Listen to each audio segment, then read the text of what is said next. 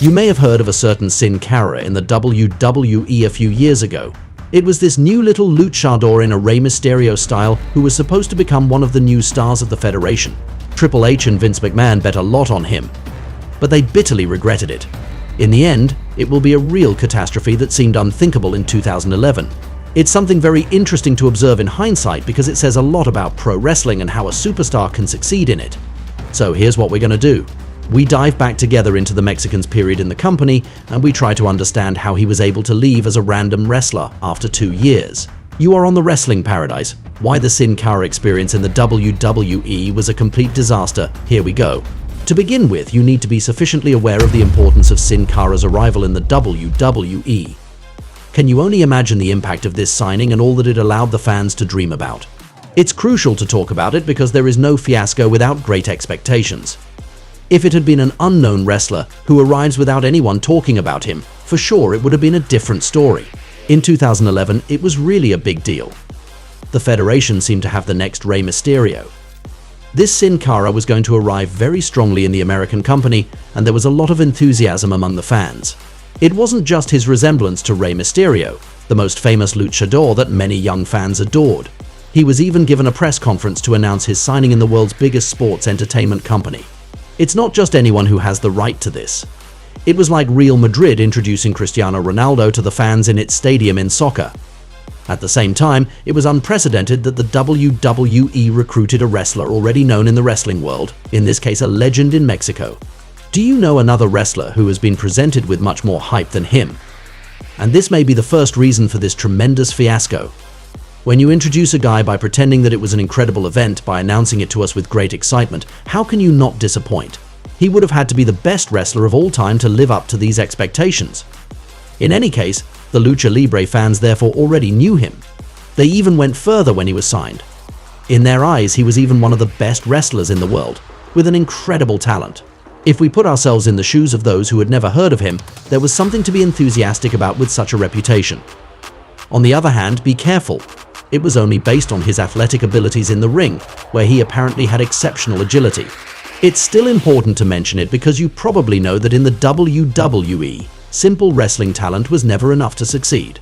Acrobatics have never filled stadiums and attracted millions of viewers to the company. Charisma and personality, yes, on the other hand. So maybe it would have been better to see Sin Cara for what he truly was, a very technically talented guy, but by no means the superstar of the same caliber as a Rock or a Stone Cold Steve Austin. Here's another reason why it was a fiasco: the vignettes that the company broadcast to announce his arrival in March 2011. We saw the wrestler doing spectacular moves in the ring, while he put on his mask with very original music, a mix between drums and a kind of choir. The pictures in the background of the ring first showed articles about the Mexican and then the incredible Mayan pyramids of Chichén Itzá with lightning bolts. It was an epic setting, which made a superb reference to Mexican culture, always without a single word and only with music. At the end, there was the name and the logo of Sin Cara. It was really simple, and we understood the message. A great, brilliant wrestler in the ring who is the pride of Mexico is coming soon. On the other hand, we could see a problem there. There was no speech, no words. We understood that this new character would express himself only through his wrestling. There was no other element that made him unique.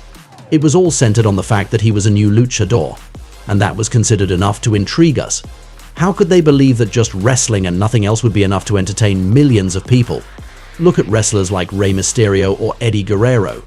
What made them charismatic was not only their talent in the ring. They were able to tell stories with emotions, with words. They adapted to the WWE school, the one of storytelling psychology. Sin Cara didn't. Absolutely not. Hang in there. We learned that the Mexican didn't want to go to Florida Championship Wrestling, the training center at that time where the superstars of tomorrow were being trained. They wanted him to go there to learn wrestling again in a way, at least the American Federation style, which is more mainstream and less acrobatic than Lucha Libre where he came from. When we learn this, we already say to ourselves, Sin Cara considers that he has nothing to learn. He already sees himself as a star who has understood everything. He already thinks he has everything he needs to connect with the millions of viewers who will see him. That's not all. He also refused to learn English. That means that he will not be able to communicate well with his colleagues in the ring, which will favor the chances of injuries, mistakes, misunderstandings of all kinds. There won't be moments when he would speak on the microphone in English, which are nevertheless essential for us to like a character. We can therefore see that from his beginnings, he didn't seem willing to grind, he didn't seem very humble. In his eyes, he was already a star in Mexico, his talent was huge. Mr. Sin Cara may be a legend in Mexico, but in America the casual fans don't know him, and the superstars who have captivated them the most in history are called Hulk Hogan, The Rock, John Cena. It is important to adapt to your environment. Talent in the ring isn't enough to please millions of viewers. And after that, everything negative that could happen happened, because they enabled this negative to take place. The heart of the fiasco arrives, and from the luchador's first months in the company. Even if his entrance was spectacular, he will miss it several times by hitting the rope. Moreover, it happened more than once that we saw the trampoline that he was using to jump. Typically an error that could have been avoided that broke the magic of his entrance. In his matches there will be more and more mistakes, missed moves, moments of awkwardness. Arriving with a label of the best wrestler in the world and doing botch after botch is the passport to disappointment. However, the potential was there for it to succeed and for the marriage to work. The Federation needed to build new stars with the recent departures of Shawn Michaels, Edge, Batista, and others.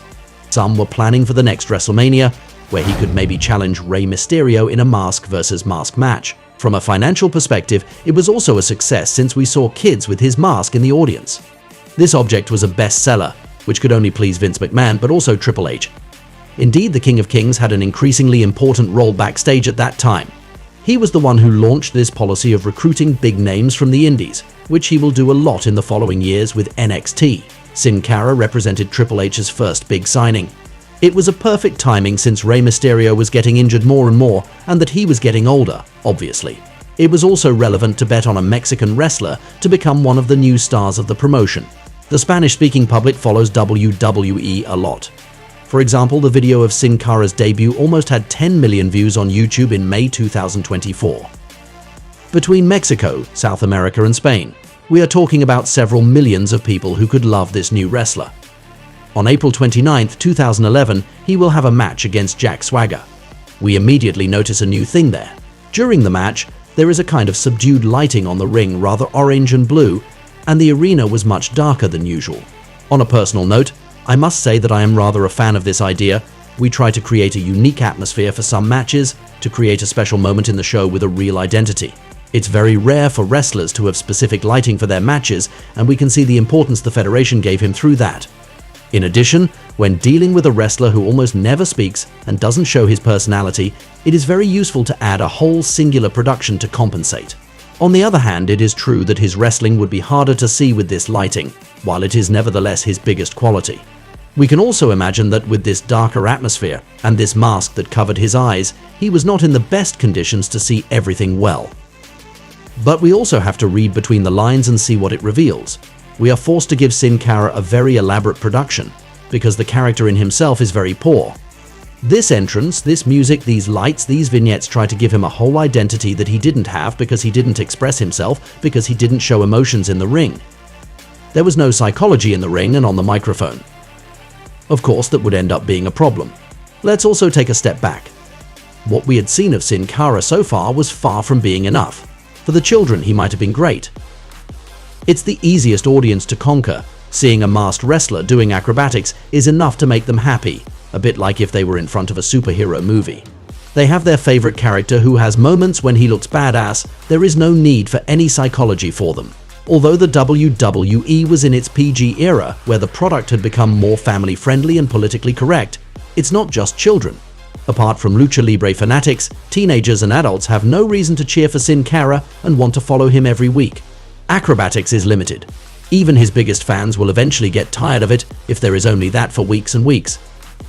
Finally, it's obvious the company didn't know how to use Sin Cara properly, and that also contributed greatly to the disaster. Here's what they did with him the following months in 2011. While his mistakes are being noticed more and more, the Mexican is still undefeated when he faces Christian in July 2011. That day marks a turning point in his journey. For the first time, he loses. It often happened that wrestlers kept their interest because they had an unbeaten streak. Now, he no longer had that advantage there either. They should at least let him have this kind of streak so that he remains interesting and credible. Same thing at Money in the Bank not long after. On that day, he will be the victim of a big attack by Sheamus, who will smash him on a ladder. He will be evacuated while he could have had the briefcase, which would have helped him.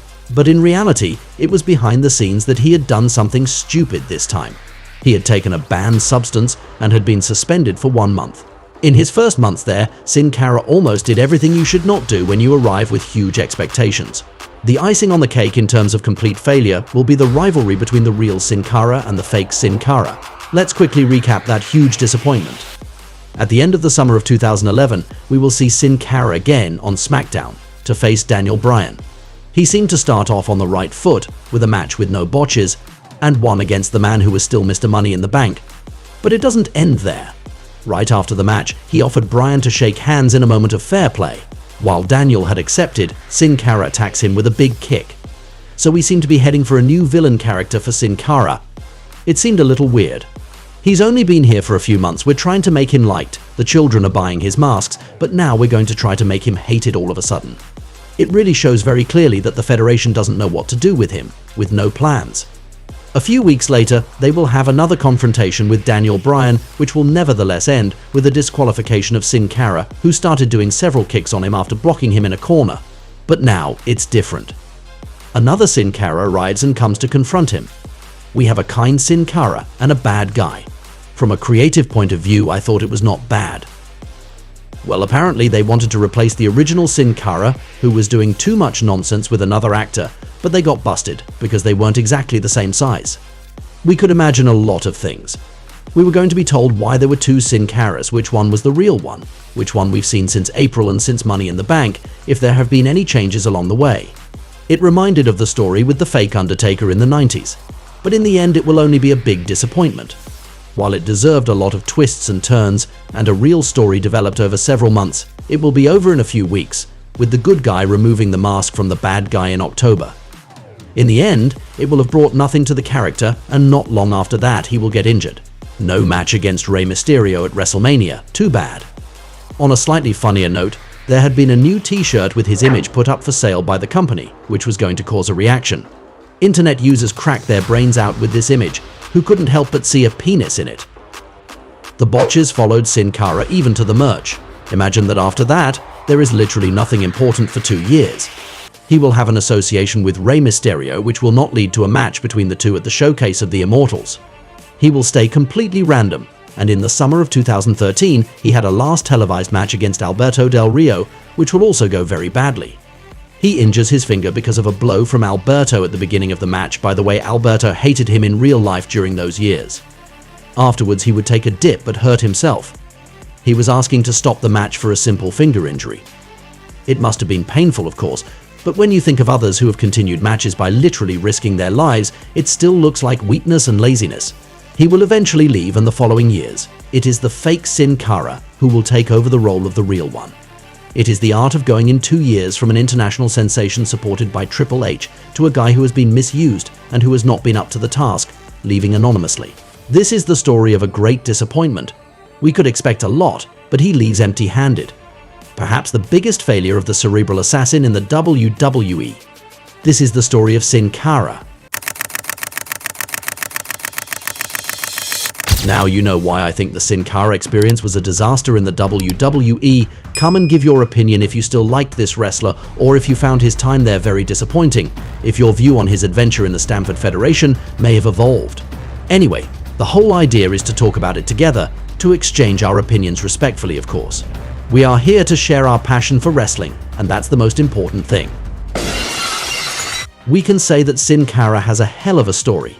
I hope you had a good time watching this video, and I invite you to stay on the Paradise of Wrestling to look at some other ones. See you right away. And that's the bottom line, 'cause Stone Cold said so. What?